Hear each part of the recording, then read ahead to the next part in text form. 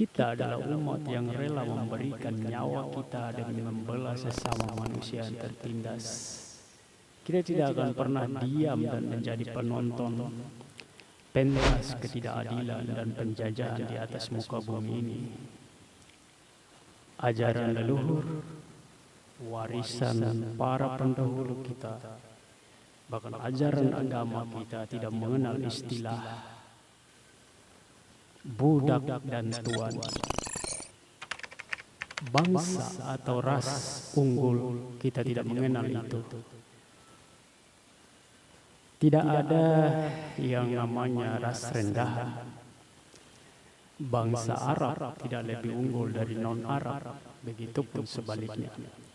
Yang pasti siapa yang bersungguh-sungguh dalam berusaha dan beramal baik, dia akan mendapatkan buahnya. Mau dari golongan umat manapun itu, setiap manusia pada asasnya berhak merdeka dan haram dijajah oleh sesamanya manusia. Kapan kemerdekaannya dikekang, maka pasti akan memberontak dan membela kemerdekaannya. Bahkan itu hukumnya adalah kewajiban menjaga harga diri, harkat dan martabat dari penindasan siapapun itu. Hitohnya umat Islam adalah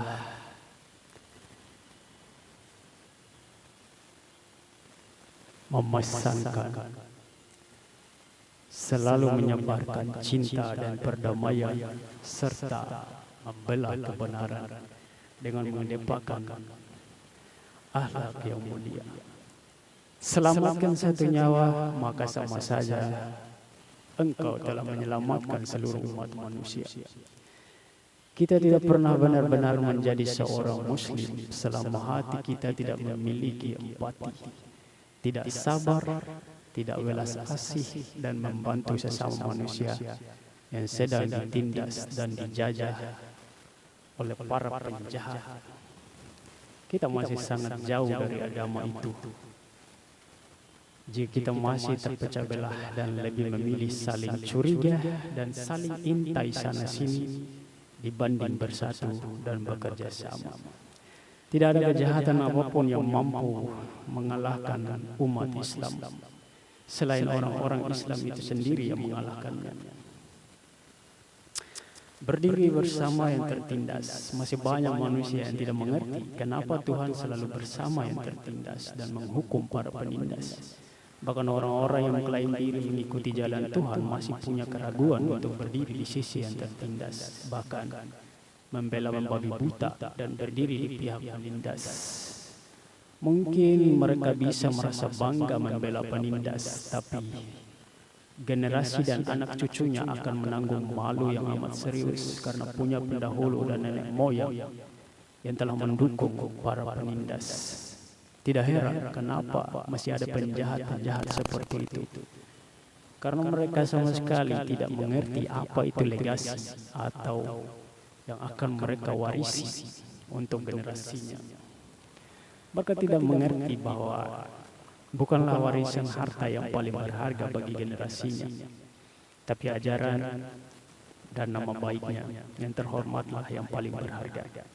Dan nama baik itu tidak pernah melekat pada para penindas dan pendukung-pendukungnya, tapi justru melekat dan bersama orang-orang yang berdiri bersama tertindas, walaupun mereka dibunuh dalam perjuangannya. Sejarah telah mencatat dan membuktikannya bahwa perbuatan jahat para penindas akan kembali memukul dan menghukum diri mereka sendiri dengan lebih keras. Jadi beruntunglah mereka yang berdiri bersama tertindas, mereka dikenal sebagai pahlawan kemanusiaan. Untuk membebaskan yang belum bebas, rupa-rupanya memenjarakan pikiran orang lain itu sangat-sangat mudah, semudah itu pula membebaskannya.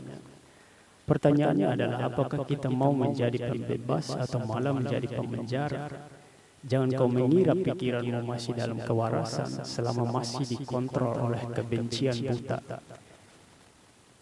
Mengunggulkan rasmu sendiri dan merendahkan ras lainnya, melempar batu sembunyi tangan, dan merenggut paksa nyawa orang lain yang tak bersalah. Bahkan orang-orang keji berani mengatasnamakan Tuhan yang Maha Penyayang dalam tindakan kebencian mereka, membantai orang lain, mengaku umat Tuhan.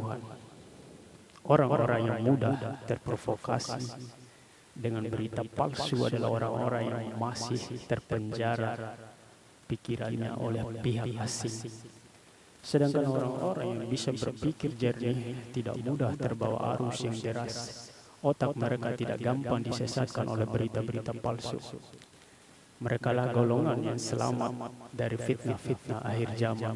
Dan mereka ini jugalah yang bisa membebaskan pikiran-pikiran manusia yang masih terpenjara kebencian dan ketidakwarasan yang merusak kehidupan masyarakat. Bebaskanlah pikiranmu dari hasutan dan doktrin para penipu, maka kamu dengan hatimu dan pikiranmu yang jernih pasti bisa melihat kebenaran.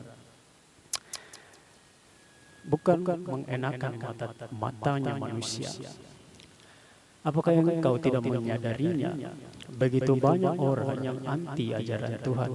Di saat bersamaan mereka sendiri hanyalah ciptaan Tuhan itu sendiri. Mereka lebih memilih menyenangkan tuan-tuannya di bumi dibandingkan menyenangkan Tuhannya di langit. Mereka lebih mau menghinakan dirinya menjadi budak bagi sesamanya manusia dibanding menyembah dan mendapatkan keselamatan yang abadi dari Tuhan. Jika kamu berpikir itu karena mereka hanyalah orang-orang bodoh, maka kamu salah. Mereka bahkan memiliki kepintaran di atas rata-rata, tapi sayang, dengan kepintaran seperti itu pun tidak mampu membuat mereka melihat kebenaran. Satu-satunya kendala mereka adalah justru kepintaran dengan level seperti itu membuat mereka tenggelam dalam kesombongan. Mereka tidak membenci manusia, tapi membenci ketaatan manusia pada Tuhan.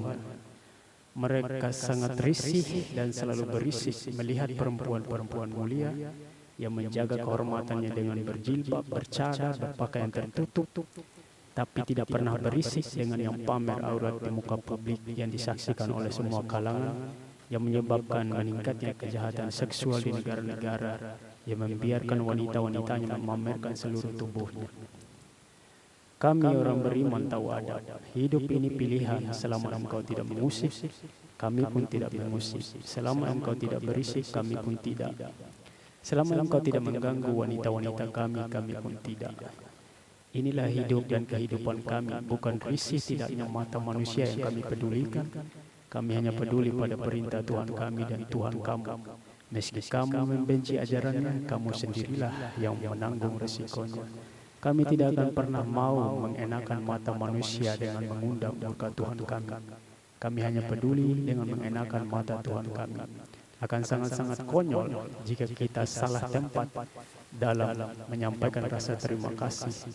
Kami dikasih 2 bola mata yang bisa melihat. Itu adalah nikmat yang tiada tandingannya. Jika 2 bola mata ini diberikan oleh manusia, maka kami akan menyembah manusia itu sebagai cara yang tepat dalam mengucapkan terima kasih. Namun kami tahu tiada satu manusia pun yang pernah berjalan di atas bumi ini yang bisa menciptakan dirinya sendiri, bahkan 1 bola matanya pun sendiri tidak akan pernah bisa.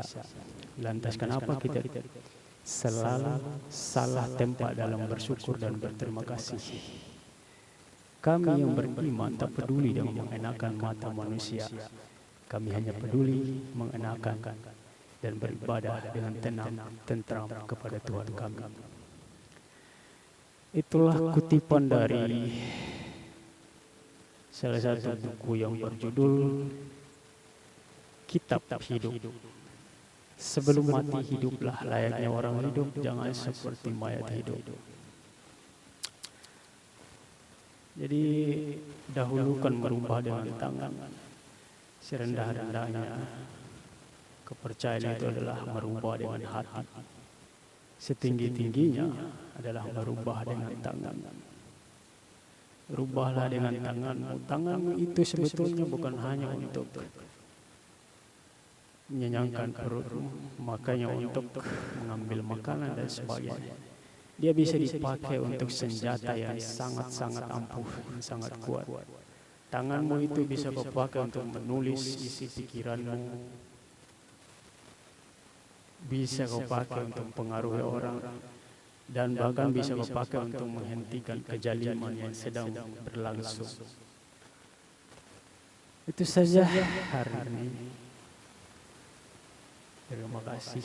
Wassalamualaikum warahmatullahi wabarakatuh.